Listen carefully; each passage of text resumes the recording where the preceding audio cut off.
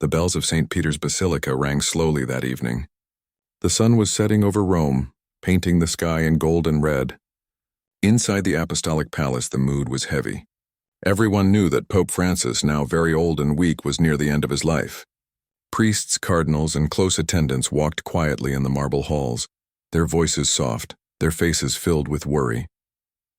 In his private chamber, Pope Francis lay on his bed. His face was pale and his breath was shallow. A doctor sat near him, checking his pulse while a young priest read softly from the scriptures. Candles flickered around the room and the quiet sound of prayer filled the air. But then, with surprising strength, the Pope opened his eyes. His gaze was sharp, filled with determination. He whispered to his secretary, "Call the captain of the Swiss Guard, bring him here at once." The secretary hesitated for a moment. "Holy Father, you are weak. Should we not let you rest?" But the Pope shook his head slowly. "No, call him. Time is short." The secretary bowed and left the room quickly. His shoes echoed on the floor as he hurried through the corridors. The Swiss Guard, dressed in their bright red, blue, and yellow uniforms, stood at attention in the hall. They were known for their loyalty, their discipline, and their courage. The captain, a tall man named Marcus, was immediately called forward. "His Holiness is asking for you," the secretary said in a tense voice. "Go now." Marcus felt a chill. It was rare for the Pope to summon him personally, especially at such a late hour and especially on his deathbed. With firm steps, he followed the secretary into the chamber. When Marcus entered, the Pope turned his head slowly toward him. His eyes, though weak, still carried great strength. He lifted a trembling hand and motioned for Marcus to come closer. "My son," the Pope said softly, "I have something to tell you. It is not written in any book. It is not known to many. But before I leave this world, you must hear it. You must guard it with your life." Marcus bowed his head deeply. "Holy Father, I am at your service. Command me." The room grew silent. The doctor and the priest stepped back, sensing that this was no ordinary conversation. The Pope's voice, though weak, was steady. "Long ago, before I was Pope, before I even dreamed of this life, I was shown something," he said. "It was not a vision, not a dream, but a truth hidden in the history of the Church. A truth that could change everything." Marcus felt his heartbeat quicken. The air in the room seemed heavy, as if the walls themselves were listening. The Pope continued, "This truth has been passed quietly from one pontiff to another. Not all chose to keep it. Some ignored it. Others feared it, but I cannot leave without telling it to someone I trust. And I trust the Guard. I trust you." Marcus nodded, his hand resting on the hilt of his ceremonial sword. "I am ready, Holy Father. Whatever you say will remain with me until my last breath." The Pope gave a faint smile. "Good. Listen carefully." Before he could speak further, the door opened suddenly. Another secretary rushed in, whispering urgently to the priest. The priest's face grew tense and he quickly approached the Pope. "Holy Father, forgive me," he said softly. "There is a matter outside. The cardinals wish to gather. They fear your time is near and they are anxious." The Pope raised his hand weakly. "Tell them they must wait. I have one last duty and it cannot be delayed." The priest hesitated but then bowed and left. Silence returned to the chamber. Only the sound of the Pope's slow breathing remained. Marcus waited, his eyes fixed on the Pope. At last, the Pope spoke again. "There is a chamber deep beneath this palace," the Pope whispered. "Few know of it. It is not written in the records of the Vatican. It was built centuries ago by hands unknown, and it hides something that has been guarded for generations." Marcus felt a shiver run down his spine. He had heard rumors, whispers of hidden rooms and secret archives, but never from the Pope himself. "What does it hide, Holy Father?" he asked. The Pope looked at him with eyes that glimmered with both fear and hope. "It hides a secret that could unite or divide the world. A secret that must be protected until the right time. And now, my son, I pass the duty to you." Marcus's throat felt dry. He wanted to ask more, but he could see that the Pope was growing weaker. The old man's hands trembled and his breath came in short gasps. "Do not let greed touch it," the Pope said in a whisper. "Do not let power corrupt it. Only guard it. Promise me." "I promise, Holy Father," Marcus said firmly, his voice echoing with loyalty. The Pope closed his eyes for a moment, as if gathering strength. Then he whispered again, but this time so softly that only Marcus could hear. "These are my last words to you. The truth lies where the first stone was laid. Seek the mark of the fisherman. Marcus leaned closer, trying to understand. But before he could ask, the Pope's hand fell back onto the sheets. His breathing slowed and the room grew still. The doctor stepped forward, checking the Pope's pulse. His face was grave. "He is slipping away," the doctor said softly. The priest began to pray louder, the candles flickering as the wind moved through the chamber. Outside, the bells of St. Peter's began to ring again, slow and heavy. Marcus stood frozen, the Pope's final words repeating in his mind. The truth lies where the first stone was laid. Seek the mark of the fisherman. What did it mean? Where was this hidden chamber? And what was the secret so great that it had to be guarded by the Swiss Guard themselves? Marcus bowed deeply before the bed, his heart heavy but his duty clear. He had been given a mission, one that would change his life forever. As the bells tolled across the city, Marcus knew one thing with certainty. Pope Francis's last words were not just for him. They were a key, a warning, and a command. And he was now the only one who carried them. The night after Pope Francis spoke his last words was heavy with silence. The bells of St. Peter's Basilica had stopped, but the echo of their tolling seemed to linger in the air. Across the city of Rome, candles burned in windows and prayers were whispered for the passing of the Holy Father. Inside the Vatican, the cardinals gathered in hushed meetings, already thinking of what would come next. But Marcus, the captain of the Swiss Guard, could not think of politics or power. His mind replayed every word the Pope had said. The truth lies where the first stone was laid. Seek the mark of the fisherman. The words had carved themselves into his memory. Marcus stood guard outside the Pope's chamber through the night. His fellow guards watched him, wondering why his face was so tense. They did not know that he now carried a secret no other man shared. He felt the weight of it pressing on his chest, heavier than his armor. As dawn rose over the Vatican, the Pope's death was formally announced. The crowds began to gather in the square, weeping, praying, and waiting for the next chapter of history to unfold. Inside, Marcus moved quietly through the halls. He had a duty, not to the cardinals or the crowds, but to the man who had just left the world. He returned to his quarters, lit a small lamp, and spread out old maps of the Vatican. He traced his finger over the walls, the catacombs, the archives. Where could the first stone have been laid? The Vatican had been built and rebuilt for centuries.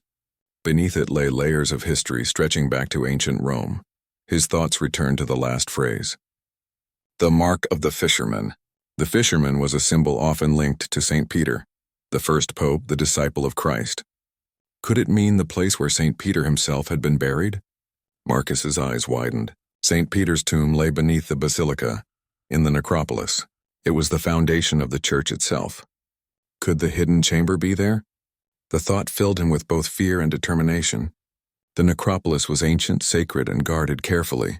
Not even all cardinals had free access to it. But Marcus knew the guards who watched over it, and as captain, he could enter. That night, after the Vatican grew quiet, Marcus dressed not in his colorful uniform but in simple clothes. He carried only a lantern and a small dagger at his belt. Moving through the shadows of the great halls, he reached the entrance to the necropolis. 2 guards stood there, surprised to see him. "Captain, what brings you here at this hour?" one asked. "I have orders," Marcus said calmly. His Holiness left instructions before his passing. "I must go below. This is a matter of loyalty." The guards exchanged uneasy glances. None wished to question their captain. They stepped aside, and Marcus descended into the dark, narrow passage that led into the ancient tombs. The air was cool and damp. His lantern flickered against walls covered with old stones and faded frescoes. He walked slowly, his footsteps echoing in the silence. Statues and carvings of early Christians surrounded him, their eyes staring from centuries past. At last he reached the site of St. Peter's tomb. The air here was still heavier, almost reverent. Marcus knelt before the ancient stone and whispered a short prayer. Then he rose, searching carefully for what the Pope had called the mark of the fisherman. He examined every wall, every carving. At first he saw nothing unusual, but then his lantern caught a faint shape carved into one stone low to the ground. It was a simple fish, the old Christian symbol. The mark of the fisherman. Marcus's heart pounded. He pressed his hand against the stone. It did not move. He pressed harder, then slid his hand along the edges. To his shock, the stone shifted slightly. It was a hidden door. With a grunt, Marcus pushed it open. Dust fell and a narrow passage appeared beyond. He lifted his lantern higher and stepped inside. The passage led downward, winding like a hidden staircase. Each step echoed, carrying him deeper into the unknown. At the bottom, he entered a chamber unlike any he had ever seen. The walls were covered with Latin inscriptions, the air heavy with the scent of age. In the center stood a stone pedestal, and upon it lay a sealed chest of iron bound with golden clasps. Marcus approached slowly, his heart racing. The Pope's words now made sense. This was the secret chamber, and the chest held the truth. But before he could touch it, he heard footsteps behind him. The sound echoed sharply in the narrow stone passage. He turned, his hand going to his dagger. Out of the shadows stepped another figure carrying a lantern of his own. It was Cardinal Rossi, one of the senior leaders of the Vatican. His face was stern, his eyes cold. "So," Rossi said quietly, "the Pope spoke to you before he died. I wondered who he would choose." Marcus tightened his grip on the dagger. "How do you know about this place?" The cardinal gave a thin smile. "You think the Pope was the only one who knew? This chamber has been spoken of in whispers for centuries. Every new pope must decide, reveal it or guard it. Most chose silence, but I had a feeling Francis would not take it with him." Marcus's chest burned with anger. "Then why are you here now?" "To finish what must be finished," Rossi said calmly. "The chest is not for soldiers. It is for the church." "Hand it over." Marcus shook his head. "The Holy Father gave me this duty. He trusted me, not you." The cardinal's eyes grew darker. "Do not be foolish. You are a guard, nothing more. You cannot understand the weight of what lies inside. Give me the chest, and no one will ever know you came here." The tension thickened in the chamber. Marcus looked at the chest, then back at Rossi. The Pope's words echoed again in his mind. "Do not let greed touch it. Do not let power corrupt it." Marcus realized the danger. If Rossi took the chest, the secret might be twisted, hidden, or destroyed. He could not allow that. "I will not hand it over," Marcus said firmly. The cardinal's expression hardened. "Then you will regret this choice." At that moment, more footsteps echoed from the passage. Marcus's lantern flickered as shadows stretched along the walls. Rossi was not alone. Other men were coming, and they were not guards. They were the cardinal's loyal followers. Marcus knew the chamber was no longer a secret battle between him and Rossi. It was about to become a struggle for the future of the truth itself. He stepped back, his dagger ready, and whispered a silent prayer. He had sworn an oath to the Pope, and now he would defend that oath with his life. Marcus tightened his grip on his dagger as the sound of approaching footsteps grew louder. The narrow passage echoed with the steady march of men. Their shadows stretched across the chamber walls, tall and dark. Cardinal Rossi's thin smile widened as he stepped aside to let his followers enter. One by one, robed figures appeared, each holding lanterns. Some carried small weapons hidden beneath their sleeves. Their faces were stern, their eyes cold with determination. They were not ordinary priests. They were men loyal to Rossi, chosen for secrecy and obedience. "You see, Captain," Rossi said, his voice calm but sharp, "I do not come here unprepared. The Holy Father's secret is too important to be left in the hands of a soldier. Stand down and you may walk away unharmed." Marcus raised his dagger, his stance firm. "My oath is not to you, Cardinal. My oath is to the Holy Father, and his last command was clear. I will not betray it." The chamber fell silent for a heartbeat. The lanterns flickered and the air felt heavier. Then, with a wave of Rossi's hand, his men began to move forward. Marcus stepped back toward the pedestal where the chest rested. He could not fight all of them at once, but he could not allow them to take the chest either. His eyes scanned the chamber quickly, searching for any escape, any path that might give him time. The first man lunged at him, swinging a short blade. Marcus moved swiftly, parrying with his dagger. The clash of metal echoed through the stone chamber. Marcus pushed the man aside, but another stepped forward at once. They came at him two at a time, forcing him back. Marcus's training as captain of the Swiss Guard kept him strong.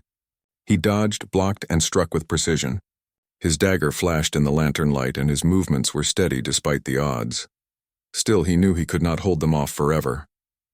There were too many, and each attack pushed him closer to the pedestal. His back nearly touched the stone when he felt the chest behind him. In that moment, Marcus made a choice. He grabbed the heavy chest with one arm, holding his dagger with the other. With a sharp kick, he pushed one attacker back, then spun toward the narrow passage. "Stop him," Rossi shouted, his voice echoing with anger. Marcus ran into the passage, the chest weighing heavily in his arms. The lantern light shook wildly as he moved, his breath echoing against the stone walls. Behind him, footsteps thundered in pursuit. The passage twisted and turned, the old stones rough beneath his boots. Marcus's mind raced. He had to escape the necropolis, but he also had to hide the chest. If Rossi caught him, the secret would be lost. At a fork in the tunnel, Marcus turned sharply to the left, choosing the darker path.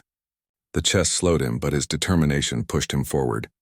His lantern flickered, almost going out, but he shielded it with his hand as he ran. The footsteps behind him grew closer. Rossi's men knew these passages well. Marcus's only advantage was his training and his will. At last, the tunnel widened into a small chamber filled with ancient tombs. The walls were lined with stone coffins, their surfaces marked with Latin inscriptions. Marcus's eyes darted across the room until they fell on one coffin that had been cracked open.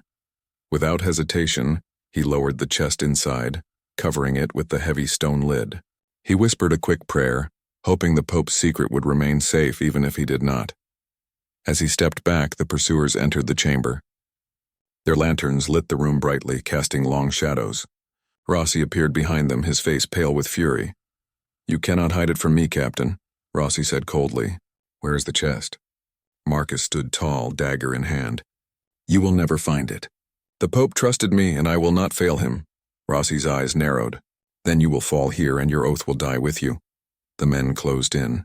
Marcus fought with all his strength, blocking and striking, his movements sharp and desperate. The clash of steel filled the chamber, echoing like thunder. He struck one man across the arm, disarming him, then spun to block another. But for every attacker he pushed back, another came forward. His breath grew heavy, his arms strained, yet he refused to surrender. Rossi watched from behind, his expression calm, as if waiting for Marcus to collapse. The cardinal had no need to fight. His followers would do the work for him. Just as Marcus felt his strength failing, a sound rose in the distance, the distinct rhythm of armored boots. It grew louder, closer, echoing through the tunnels. Rossi's men froze, their faces tense. Marcus's heart leapt with hope. He knew that sound. It was the march of the Swiss Guard. Within moments, a squad of guards burst into the chamber, their halberds gleaming, their armor shining in the lantern light. Their leader, a guard named Luca, stepped forward, his voice commanding. "Captain, we heard the noise. What is happening here?" Rossi's face darkened. He tried to hide his surprise, but his hands trembled slightly. "This is none of your concern," he said sharply. "Return to your post. This is a matter of the church," but Marcus raised his voice, strong despite his exhaustion. "Brothers, the Pope gave me a final command. He entrusted me with a secret, and this man seeks to steal it for his own gain. Stand with me as you swore your oaths." The guards looked at one another, then back at Marcus. Their loyalty to him, their captain, was deep. Without hesitation, they moved to his side, halberds lowered toward Rossi's men. The chamber filled with tension, the two sides staring at each other. Rossi's men hesitated, seeing they were outmatched. They were priests, not soldiers. Rossi's voice turned harsh, almost desperate. "Do not listen to him. He speaks lies. The chest belongs to the church, not to a guard." But Luca's eyes narrowed. "If the Holy Father trusted our captain, then we will trust him too. Step aside, Cardinal, or you will answer for this." For the first time, Rossi's confidence wavered. He glanced around, realizing the balance had shifted. His men slowly backed away, unsure and afraid. Marcus lowered his dagger, breathing heavily. He turned to Luca. "The chest is safe for now. But this is not over. Rossi will try again." Luca nodded firmly. "Then we will guard it, whatever it takes." Rossi glared at them, his eyes filled with cold anger. "You may think you have won tonight, Captain, but you cannot hide forever. The truth will be mine, one way or another." With those words, he turned sharply and left the chamber, his followers trailing behind him. Silence fell once more. The guards stood firm, their faces lit by the lanterns. Marcus wiped the sweat from his brow, his mind racing. He had protected the chest for now, but the battle was only beginning. The Pope's last words echoed in his heart. "The truth lies where the first stone was laid. Seek the mark of the fisherman." Marcus knew this secret was far greater than he could yet imagine, and now, with Rossi hunting it, the danger would only grow. As he led his men back through the tunnels, Marcus swore silently to himself. Whatever was hidden in that chest, he would guard it until his last breath. The night above was calm, the stars shining over Rome. But deep within the Vatican, the struggle for the truth had only just begun. The Vatican was not at peace. The death of Pope Francis left the church mourning, but beneath the prayers and ceremonies, a silent struggle was already taking shape. Cardinal Rossi moved carefully through the halls, speaking with other leaders in quiet corners, whispering his version of events. He wanted power, and he wanted the chest that Marcus had hidden. Marcus, meanwhile, knew he had little time. The chest was safe for the moment inside the ancient tomb, but Rossi would not stop searching. He gathered a small circle of guards he trusted the most, men who had served with him for years and whose loyalty was beyond question. Luca stood at his side, his eyes sharp with determination. Late one night, Marcus brought them to his quarters. A map of the necropolis lay spread across his wooden table. Candles flickered, casting long shadows across the room. "We cannot wait for Rossi to make his next move," Marcus said. "The Pope gave me a command, and I believe it is more than guarding a chest." His words were a path, not just a warning. If we follow them, we may learn the truth he wanted us to see. Luca leaned closer to the map. "The mark of the fisherman led you to the chest. Perhaps it is not the end, but only the beginning. There could be more." Marcus nodded. "Exactly. The Pope said the truth lies where the first stone was laid. The tomb was part of it, but I believe there is something deeper." Another guard, Pietro, frowned. "But Captain, if this truth is dangerous, should we not leave it sealed?" "The Pope himself guarded it all these years." Marcus looked at him steadily. "The Pope chose to pass this duty on. He did not want it to die with him. That means it is important, and if Rossi is after it, then it must never fall into his hands. The only way to stop him is to understand what it is." The men nodded slowly, their trust in Marcus unshaken. That night, Marcus returned to the necropolis with Luca. They moved quietly, careful not to be followed. The air was cold and the silence was heavy as they lifted the stone lid from the coffin where Marcus had hidden the chest. Together they carried it back to Marcus's quarters, locking the doors behind them. The chest sat heavily on the table, its iron surface covered in dust, its golden clasps gleaming faintly in the candlelight. Marcus ran his hand over it, feeling the weight of centuries. "This chest was hidden for a reason," he whispered. Luca nodded. "But now it has been entrusted to you.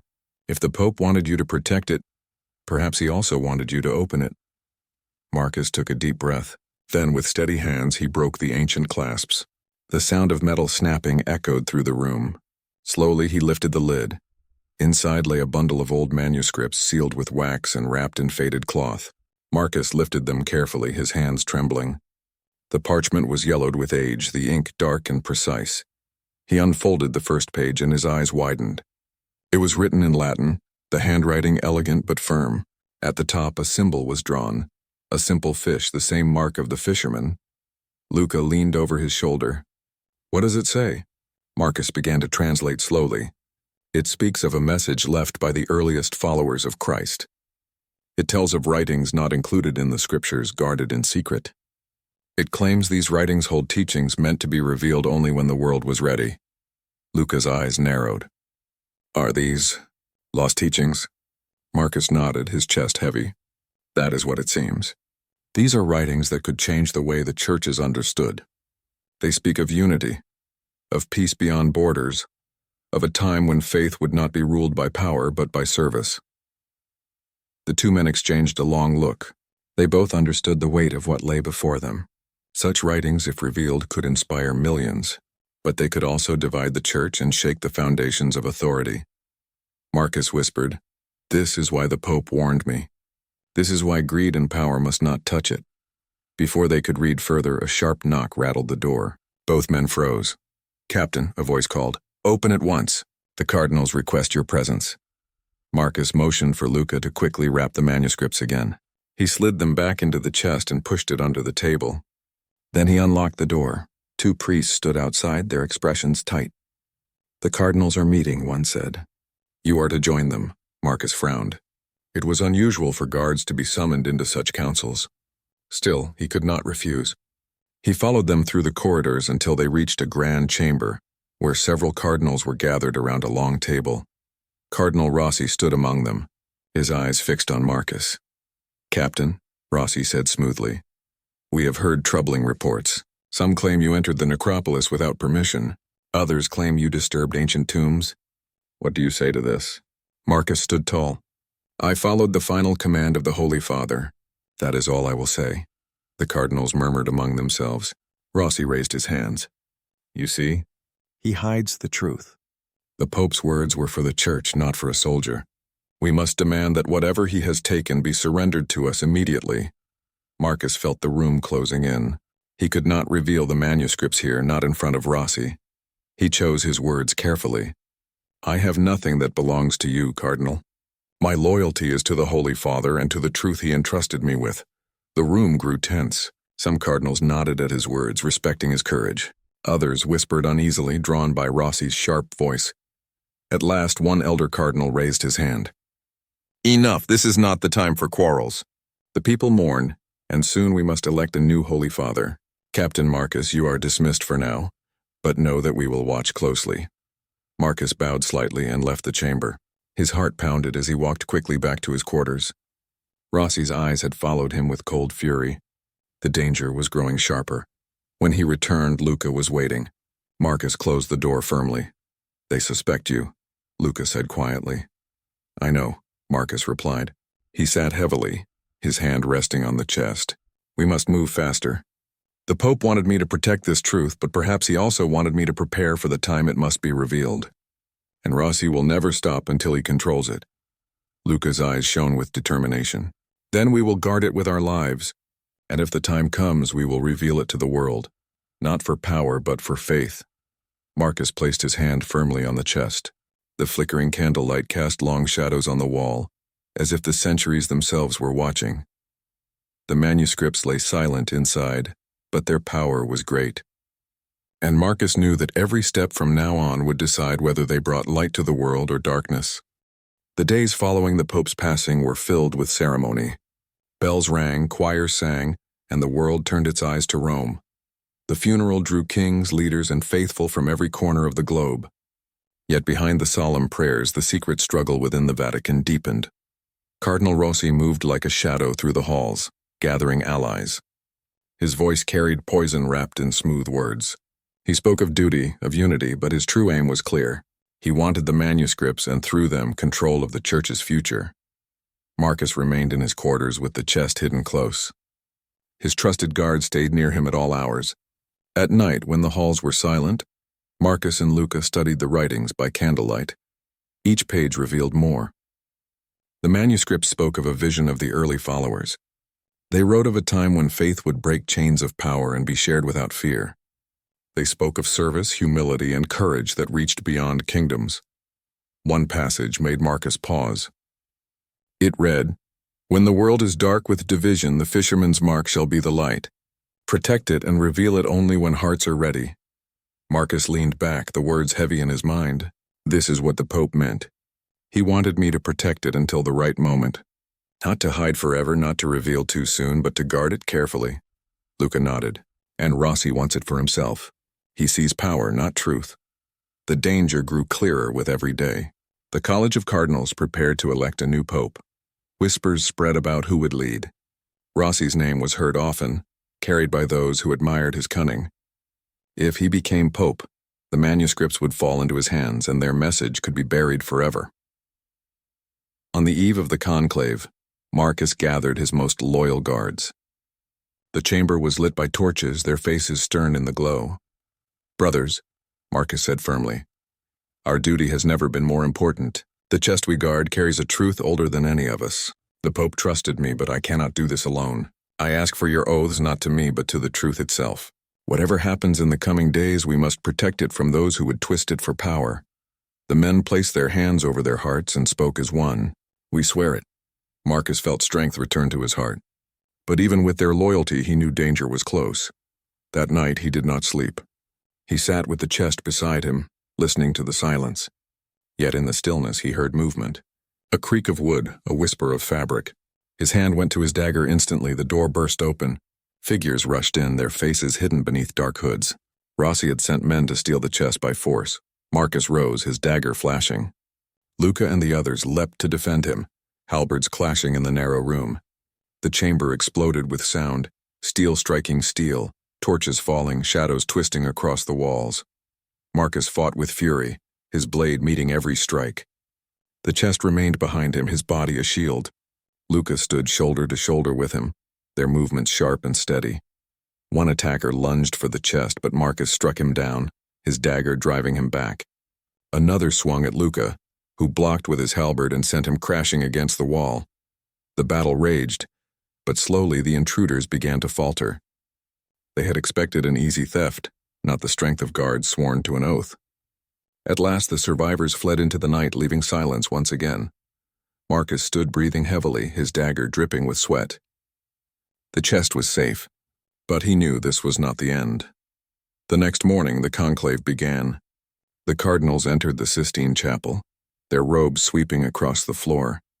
Outside, the faithful filled the square, waiting for the smoke that would announce a new pope. Marcus remained near, guarding the edges. His eyes stayed sharp, his mind on Rossi. Hours passed. Prayers were whispered, votes were cast. Finally, smoke rose from the chimney. White. A new pope had been chosen. The doors opened and the announcement was made. It was not Rossi. The cardinals had chosen another, a man known for humility and kindness. Relief spread through the crowd like sunlight breaking through clouds. But Marcus knew Rossi was not finished. The cardinal's eyes burned with silent rage as he left the chapel. That evening, Marcus received a summons. The new pope wished to see him. He entered the chamber with the chest in his arms. The new Holy Father sat quietly, his face kind but serious. "Captain Marcus," he said softly, "I have heard of your loyalty. I have also heard whispers of something entrusted to you by Francis." "Is it true?" Marcus knelt, placing the chest before him. "Holy Father, the Pope gave me this duty. Inside are writings that speak of unity and peace, but also hold power that can be dangerous. He told me to guard them, and I have." The Pope leaned forward, his eyes full of thought. "And what do you believe should be done with them?" Marcus hesitated. His oath was heavy in his heart. "I believe they must be protected until the world is ready. Not hidden forever, not revealed for greed. Guarded with care as Pope Francis commanded." The Pope studied him, then nodded slowly. "You are wise, Captain. And you are right. These writings will remain under the guard's protection, sealed until the time is right. You and your men will keep this oath." Marcus bowed deeply. "We will, Holy Father." As he left the chamber, chest in hand, Marcus felt both relief and burden. The truth remained safe for now. Rossi's eyes still watched, and dangers would return. But the guard was ready. That night, Marcus gathered his men once more. The manuscripts lay sealed within the chest, the candles flickering over their faces. He spoke firmly. The Pope's last words guide us still. "We are the shield of the truth. As long as we live, no hand of greed will touch it." The men placed their hands over their hearts. Their voices rose together, strong and unshaken. "We swear it." Outside the city of Rome lay quiet under the stars. The world knew nothing of the hidden chest, the ancient writings, or the oath sworn in silence. But deep within the Vatican, a small band of guards stood watch, carrying a secret that could one day change everything. And in Marcus's heart, the words of Pope Francis echoed forever. "The truth lies where the first stone was laid. Seek the mark of the fisherman.